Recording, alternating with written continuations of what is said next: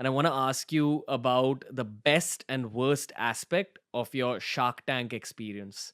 When you did that whole thing, I think you've been on it twice. Hmm. So, just encapsulating both those incidents, what was your best and worst aspects of it?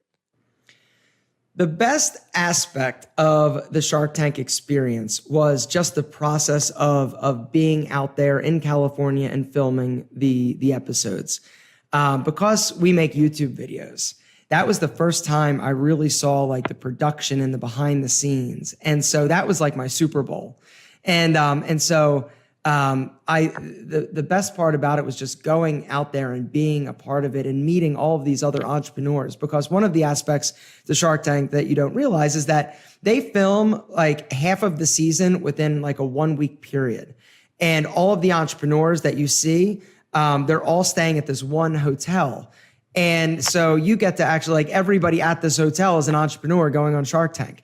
And so the first time I was on, the thing that was so surprising to me was how smart so many people were. And just being able to be around that many, creative entrepreneurs was nothing I've ever experienced before.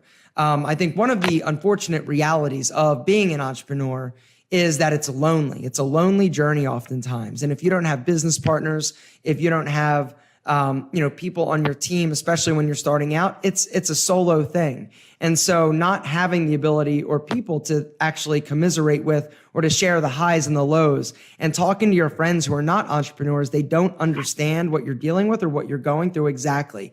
They can relate, but they can't necessarily understand. And so going out there and just being immersed in a sea of entrepreneurship and creativity, that was the best part. The worst part about Shark Tank was, let's see, what was the worst part about Shark Tank?